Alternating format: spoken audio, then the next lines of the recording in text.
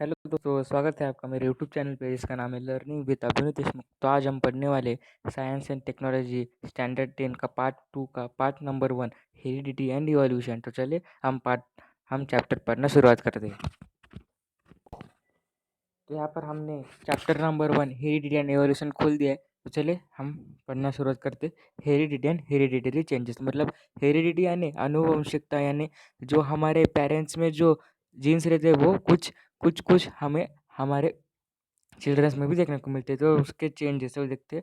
You know that heredity is the transfer of biological character from one generation to another via genes. John Gregor Mendel is pioneer of the modern genetics around the period of 1886. It took a long time for him to understand the conclusions of research about heredity. तो देखिए, हम सबको पता है कि देखिए जो biological characters है उसका transfer from one generation to another, मतलब एक जनरेशन से दूसरे जनरेशन में जब उसका ट्रांसफ़र होता है तो उसे हेरिडिटी बोलते हैं, हमें पता है। और मॉडर्न जेनेटिक्स के पियोनियर मतलब शोधकार यानी तो कौन है, तो जॉन ग्रेगर मेंडल क्या है, तो मॉडर्न जेनेटिक्स है के पियोनियर है अराउंड द। और देखिए 1886 में उनको क्या हुआ, तो बहुत ज़्यादा टाइम लगा कि समझने के लिए कि हेरिडिटी के बारे में। और फिर In nine in 901, the reason behind the sudden changes were understood due to the mutational theory of Hugo de Veres। तो फिर देखिए 1901 में क्या हुआ,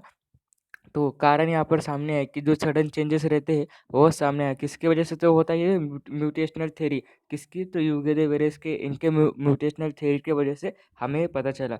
meanwhile in 902 Walter and Sutton observe the pair of chromosomes in the cell of grasshopper. Until then it was known to anyone. तो यहाँ पर देखिए 1902 में क्या किया, तो वॉल्टर और सुलन ये दो साइंटिस्ट ने क्या किया, तो जो पेयर्ड किसके जो ग्रास हॉपर रहता है उसके पेयर्ड क्रोमोसोम को यहाँ पर क्या किया, तो उन्होंने ऑब्जर्व किया। और क्योंकि उस टाइम में किसी को पता नहीं था, तभी उन्होंने क्या किया था, तो रिसर्च किया था।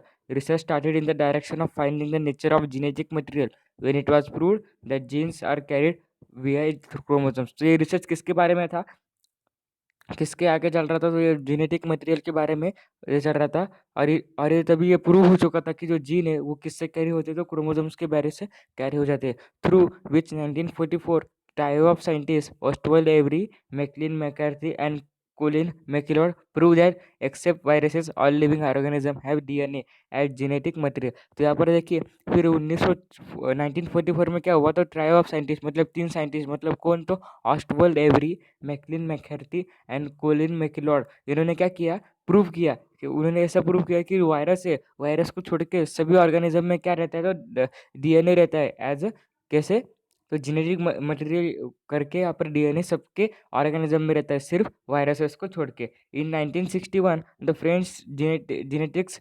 François Jacob and Jacques Monod proposed a model for process of protein synthesis with the help of DNA in bacteria से। तो देखिए 1961 में जो फ्रेंच के जेनेटिक्स थे, मतलब Francois Jacob and Jacques Monod, इन्होंने क्या किया, तो मॉडर्न प्रोसेस के यहाँ पर प्रोटीन सिंथेसिस करने का उन्होंने प्रपोज किया। और उसके साथ उन्होंने किसके साथ, तो डीएनए की हेल्प के साथ, कहाँ पर, तो बैक्टीरिया सेल में। It help to uncover the genetic codes hidden in DNA. तो इससे क्या हुआ, तो जो अनकवर जेनेटिक कोड्स है हिडन कहाँ पर, तो जो डीएनए मतलब छुपे हुए जो जेनेटिक कोड्स है डीएनए में, thereby the technique of recombinant DNA technology emerge which has vast scope in the field of genetic engineering. तो फिर यहाँ पर वो टेक्निक यहाँ पर से पता चल गई डीएनए टेक्नोलॉजी इमर्ज से। और यहाँ पर जिसको यहाँ पर वास्ट स्कोप है, मतलब बड़ा स्कोप है, कहाँ पर, तो जेनेटिक इंजीनियरिंग में। The field of heredity is useful for diagnosis, treatment and prevention of hereditary disorders, production of hybrid varieties of animals and plants and in industrial processes in which microbes are used. तो फिर देखिए जो science of heredity है मतलब विज्ञान, मतलब जो science की विज्ञान है किसके लिए उपयोगी है, तो डायग्नोसिस के लिए, ट्रीटमेंट यानी उपचार के लिए, प्रिवेंशन ऑफ हेरिडिटी मतलब आप हेरिडिटी डिसऑर्डर से कैसे बच सकते हैं इसके लिए। और फिर प्रोडक्शन ऑफ मतलब जो हाइब्रिड वेराइटीज रहते हैं, मतलब किसके, तो एनिमल्स एंड प्लांट्स के। और इंडस्ट्रियल प्रोसेस में विच माइक्रोब्स और माइक्रोब के साथ भी इनका यूज़ हमें देखने को मिलता है। तो ये कुछ थे साइंस ऑफ हेरिडिटी के यूजफुलनेस। तो चलिए हम अभी अगला देखते हैं transcription, translation, and translocation. With the help of RNA, the genes present in the form of DNA participate in the functioning of snail and thereby control the structure and functioning of the body. तो देखिए DNA मतलब sorry RNA मतलब री री मतलब तो रीऑक्सिन nucleic acid यहाँ पर उसका फुल फॉर्म होता है। और जो प्रेजेंट रहता है, जो जो जीन्स प्रेजेंट रहती है कहाँ पर, तो form in the form of DNA participate, और डीएनए के पार्टिसिपेट होके जाते हैं कहाँ पर, तो फंक्शनिंग ऑफ स्नेल मतलब जो सेल का फंक्शन है उसमें। और उसके साथ ही control the structure and the function of यूटिंग मतलब जो स्ट्रक्चर एंड फंक्शनिंग है वो उसमें भी ऑफ द बॉडी के लिए वो काम आता है। Information about protein synthesis is stored in the DNA and synthesis of appropriate proteins as per requirement is necessary for body। तो देखिए जो प्रोटीन सिंथेसिस की इंफॉर्मेशन है वो कहाँ पर स्टोर की जाती है, तो डीएनए में। एंड और वो क्या किया जाती है, तो सिंथेसिस यहाँ पर की जाती है प्रोटीन्स की किसके साथ, तो एज पर रिक्वायरमेंट्स के अनुसार जो बॉडी के लिए आवश्यकता है उसके अनुसार ये हो जाती है। This proteins are synthesised by DNA through the RNA. और ये जो प्रोटीन्स है ये सिंथेसाइज्ड किए जाते हैं किससे, तो डीएनए और आरएनए के अंदर से यहाँ पर वो सिंथेसाइज्ड किए जाते हैं। This is called as central dogma, और इसे क्या किया कहा जाता है, तो सेंट्रल डोग्मा कहा जाता है। मैसेंजर यम आरएनए मतलब messenger RNA is produced as per the sequence of nucleotides on DNA. तो फिर ये मैसेंजर आरएनए क्या है, आरएनए क्या है, तो प्रोड्यूस हो जाते हैं एज मतलब जो सीक्वेंस है न्यूक्लियोटाइड के उससे अनुसार है हो जाते हैं। Only one of the two strands of DNA is used in the process. तो केवल एक ही दोनों स्ट्रैंड्स में का जो डीएनए उसमें यहाँ पर इस प्रोसेस में यूज किए जाते हैं। The sequence of nucleotides in messenger RNA being produced is always complementary to DNA strand used for synthesis. तो या फिर जो देखिए जो सीक्वेंस है न्यूक्लियोटाइड्स की कहाँ पर, तो मैसेंजर आरएनए में। तो ये प्रोड्यूस्ड क्या होते थे, ऑलवेज कॉम्प्लीमेंट्री मतलब ज़्यादातर वक्त कॉम्प्लीमेंट्री रहता है और डीएनए स्ट्रैंड में इसका सिंथेसिस में। Beside there is a uracil in RNA instead of thymine of DNA. तो देखिए इसके अंदर ही क्या है, तो यूरासिल रहता है इन आरएनए मतलब जो आरएनए में क्या रहता है, यूरासिल। उसके इंस्टेड ऑफ मतलब थाइमिन क्या एवजी क्या रहता है, तो यूरासिल रहता है thymine of DNA. This process of RNA synthesis is called a transcription. तो ये जो आरएनए सिंथेसिस की जो प्रोसेस है इसे क्या कहा जाता है, तो ट्रांसक्रिप्शन प्रोसेस ऐसा कहा जाता है। चलिए हम अगला पेज देखते हैं। The messenger RNA formed in nucleus comes in cytoplasm. और तो देखिए जो मैसेंजर आरएनए जो फॉर्म होता है कहाँ पर, तो न्यूक्लियस, तो ये कहाँ पर आ जाता है, साइटोप्लाज्म में यहाँ पर आ जाता है। It brings in the coded message from DNA. The message contain the code for amino acids. तो यहाँ पर देखिए जो ये जो ये न्यूक्लियस रहता है वो मतलब जो मैसेंजर आरएनए फॉर्म है वो न्यूक्लियस में रहता है। जब वो साइटोप्लाज्म में आता है तो किससे आता है, तो कोडेड मैसेज में यहाँ पर आता है। कहाँ से, तो डीएनए से आता है। और ये कोडेड मैसेज में क्या कंटेंट रहता है, तो अमीनो एसिड्स यहाँ पर कंटेंट रहता है। The code for each amino acid consist of 3 nucleotide. It is called the triplet codon. तो यहाँ पर देखिए जो कोड रहता है फॉर जो हर कोड रहता है हर अमीनो एसिड के लिए, ये क्या कंसिस्ट करता है, 3 न्यूक्लियोटाइड्स इतना कंसिस्ट करता है। और उसे यहाँ पर क्या कहा जाता है, तो ट्रिपलेट कोडॉन यहाँ पर कहा जाता है।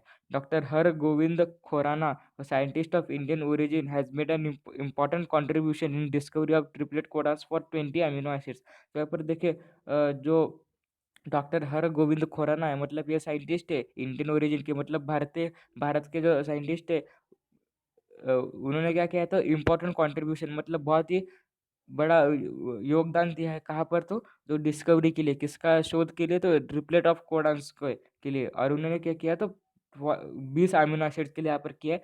For this work he has been awarded with the Nobel prize in 1968 along with 2 other scientist. तो इनके इस काम के लिए उन्हें क्या किया है, तो नोबेल प्राइज के प्राइज यहाँ पर दिया गया है। कहाँ, कब, तो 1968 में। और उनके साथ 2 और अदर साइंटिस्ट भी वहाँ पर थे। तो each messenger RNA is made up of thousands triplet codons as per the message on messenger RNA amino acids are supplied by the tRNA मतलब ट्रांसफर आरएनए। तो यहाँ पर देखिए जो हर एमआरएनए रहता है मतलब मैसेंजर आरएनए एक इससे बना रहता है, तो 1000 से भी ज़्यादा ट्रिपलेट कोडॉन से यहाँ पर बना रहता है। और जैसे मैसेज रहते हैं मैसेंजर आरएनए के अमीनो एसिड्स आर तो इस प्रकार से जो अमीनो एसिड यहाँ पर सप्लाई किया जाता है किसके लिए, तो ट्री आरएनए मतलब ट्रांसफर आरएनए को। For this purpose transfer RNA has a anticodon having complementary sequence to the codon on messenger RNA. तो देखिए इस प्रोसेस के लिए क्या रहता है, इस पर्पज के लिए क्या रहता है, जो ट्रांसफर आरएनए रहता है उसे क्या रहता है, तो एंटीकोडन यहाँ पर रहता है, और जो कॉम्प्लीमेंट्री सीक्वेंस के अनुसार वो कोडन को क्या करता है, तो messenger RNA. This is called as translation. तो इससे क्या कहा जाता है, ट्रांसलेशन यहाँ से कहा जाता है। The amino acids brought in by tRNA are bonded together by peptide bonds with the help of RNA. और देखिए जो अमीनो एसिड से किससे जो लाए गए थे, टीआरएनए से जो लाए गए थे, वो एक में को बॉन्ड किए जाते हैं किससे, तो पेप्टाइड बॉन्ड से। और किसकी मदद से, तो with the help of rRNA मतलब receiver rRNA. During this process, the ribosome keeps on moving from one end of messenger RNA to other by the distance of one triplet codon। तो इस process के दौरान क्या रहता है, तो जो राइबोसोम रहते हैं वो ज़्यादा मूव करते रहते हैं किससे, तो एक एंड से अदर मैसेंजर आरएनए के एंड तक by the distance of the one triplet codon। This is called as translocation।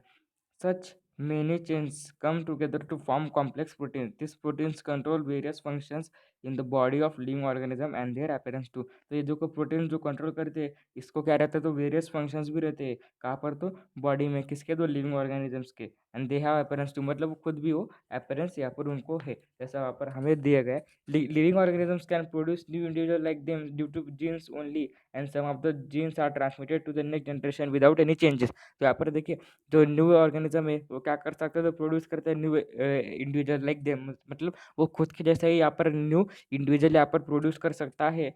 किसकी मदद से, तो सिर्फ और सिर्फ जीन्स की मदद से वो ऐसा कर सकता है। और कभी कभी जो जीन्स रहते हैं वो आप नेक्स्ट जनरेशन में विदाउट एनी चेंजेस हमें देखने को मिलते हैं। Due to this some of the characters of parents are transmitted to their offsprings.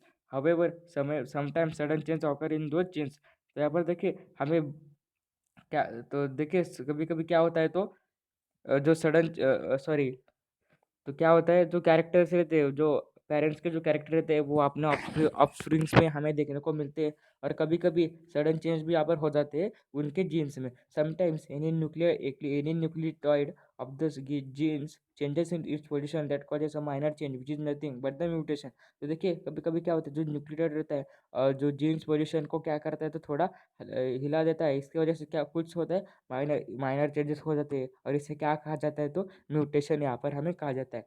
सब म्यूटेशंस में भी माइनर बट सब में भी कंसिडरेबल। मतलब देखिए जो म्यूटेशन रहते हैं कुछ कुछ म्यूटेशन क्या रहते हैं, तो माइनर मतलब छोटे रह सकते हैं, पर कुछ यहाँ पर बड़े भी रह सकते हैं। एग्जाम्पल म्यूटेशन में cause the genetic disorder like sickle cell anaemia. तो देखिए म्यूटेशन की वजह से क्या हो सकता है, तो जेनेटिक डिसऑर्डर हो सकता है। मतलब कौन सा जेनेटिक डिसऑर्डर, तो सिकल सेल एनीमिया वो डिसऑर्डर हमें हो सकता है। There is a everlasting process and it is one of the proof for Darwin's theory of natural selection. अरे एवरलास्टिंग प्रोसेस है मतलब कभी भी खत्म नहीं होने वाला ये प्रोसेस है। और इससे अरे ये हमें प्रूफ कहाँ मिलते, तो डार्विन थ्योरी में ऑफ नेचुरल सिलेक्शन। तो चलिए हम अगला पेज देखते। तो चलिए इवोल्यूशन यानी बदल। तो evolution is a gradual change occurring in living organism over a long duration. तो यहाँ पर देखिए इवोल्यूशन एक क्या है, तो ग्रेजुअल चेंज है। और ये कहाँ पर होता है, तो लिविंग ऑर्गेनिज्म। इसके लिए क्या लगता है, तो बहुत काल हमें लगता है। This is a very slow going process through which development of organism is achieved. तो ये क्या है, तो बहुत ही स्लो यहाँ पर प्रोसेस है। और इससे क्या होता है, तो डेवलपमेंट ऑफ ऑर्गेनिज्म यहाँ पर अचीव्ड होता है। All the stages in changes occurred in various components ranking from stars and planets in space to the biosphere present on the earth should be included in the study of evolution। Formation of new species due to changes in specific character of the several generations of living organism as a response to a natural selection, this is called as evolution। तो यहाँ पर देखिए जो all दो stages रहते हैं, जो changes के कहाँ पर, तो वेरियस कंपोनेंट रैंकिंग फ्रॉम मतलब अलग अलग कंपोनेंट में, जैसे कि स्टार्स का या स्टार्स से लेके प्लैनेट्स तक जो स्पेस में रहते हैं, टू द बायोस्फीयर मतलब बायोस्फीयर रिप्रेजेंट और उससे ये सारा कहाँ पर हमें देखने को मिलता है, समाविष्ट हो जाता है। तो स्टडी ऑफ इवोल्यूशन मतलब इवोल्यूशन की स्टडी में हमें देखने को मिलता है। और formation of new species due to specific changes in specific characters. तो यहाँ पर देखिए जो फॉर्मेशन ऑफ न्यू स्पीसीज यहाँ पर देखने को मिलता है due to changes in specific character, मतलब कुछ स्पेसिफिक कैरेक्टर वजह से सेवरल और जनरेशन यहाँ पर हमें लिविंग ऑर्गेनिज्म को देखने मिलते हैं। और इससे हमें क्या मिलते हैं, तो टू नेचुरल डायरेक्शन। और इसे क्या कहा जाता है, तो इवोल्यूशन यहाँ पर कहा जाता है।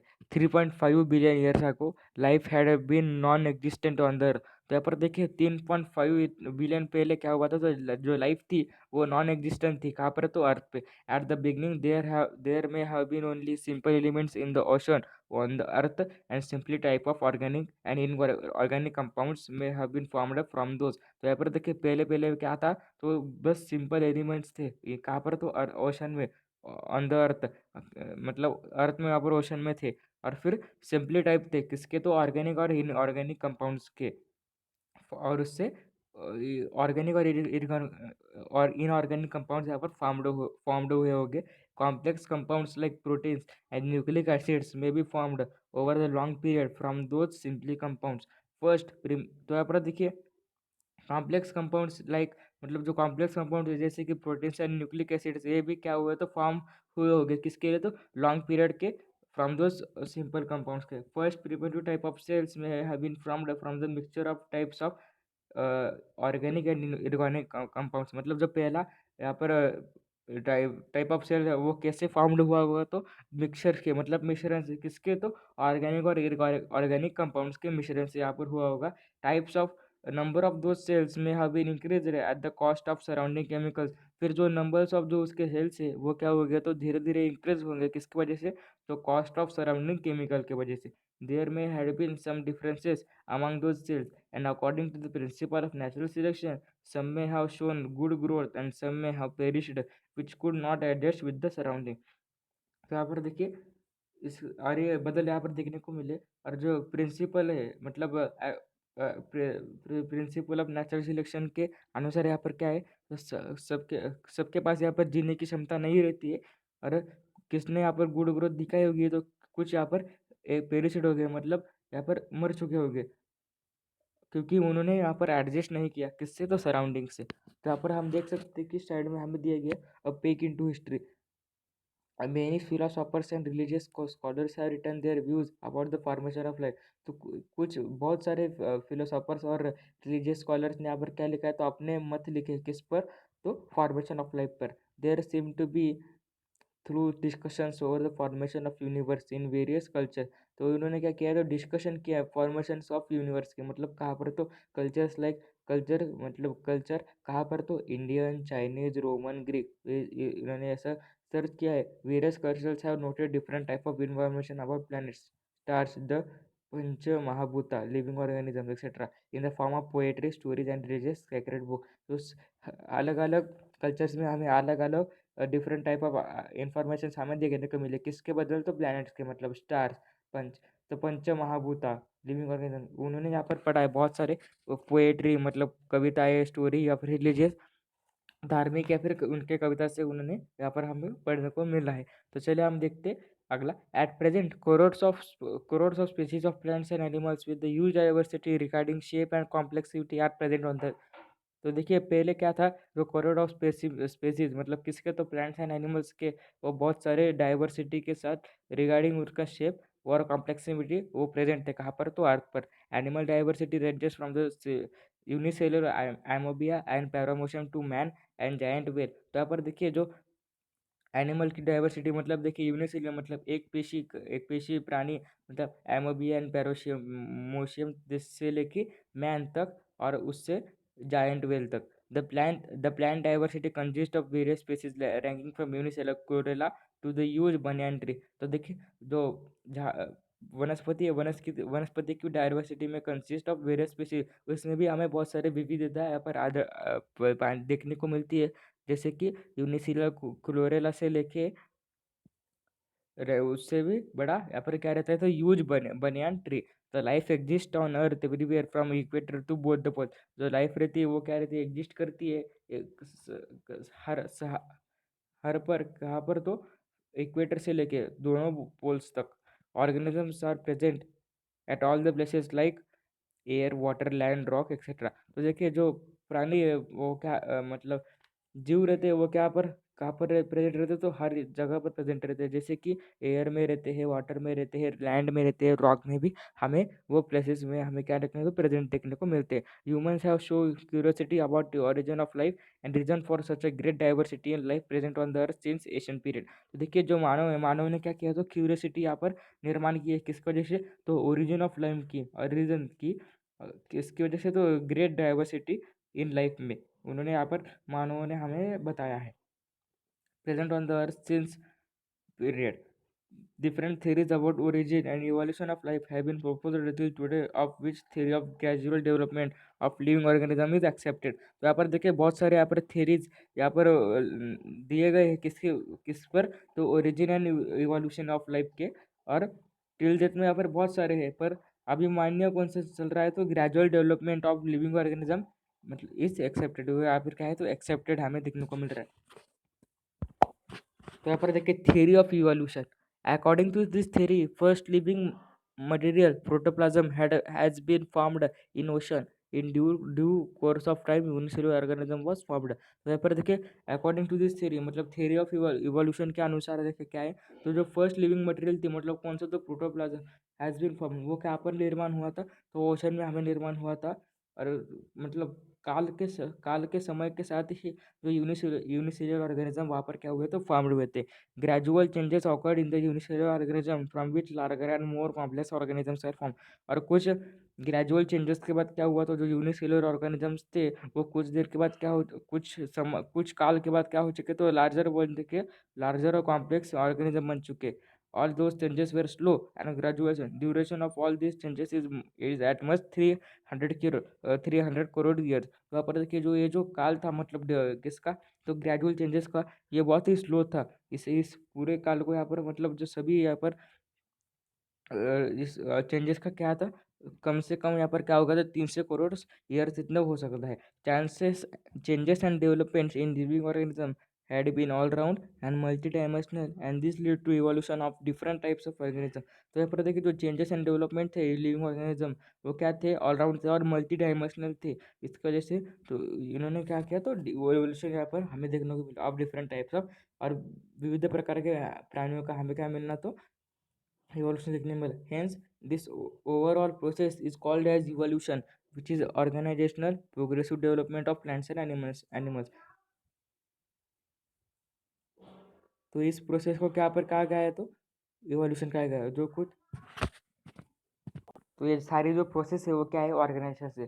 Progressive development of plants and animals from the ancestors have different structural and functional organisational is called revolution. तो यहाँ पर देखिए जो प्रोग्रेसिव डेवलपमेंट है किसकी, तो प्लांट्स एंड एनिमल्स की, वो क्या पर जो एंसेस्टर्स मतलब पूर्वज के इनसे हुई है, एंड हैविंग डिफरेंट स्ट्रक्चर उस वक्त, तो यहाँ पर डिफरेंट स्ट्रक्चर और या फिर फंक्शनल ऑफ ऑर्गेनाइजेशन, इसके इससे क्या कहा जाता है, तो इवोल्यूशन यहाँ पर कहा जाता है। तो ये था हमारा पार्ट नंबर 1। तो पार्ट नंबर 2 में हम देखेंगे अगले का भाग मतलब एविडेंस ऑफ इवोल्यूशन, यहाँ पर देखेंगे वेस्टिजियल ऑर्गन्स देखेंगे।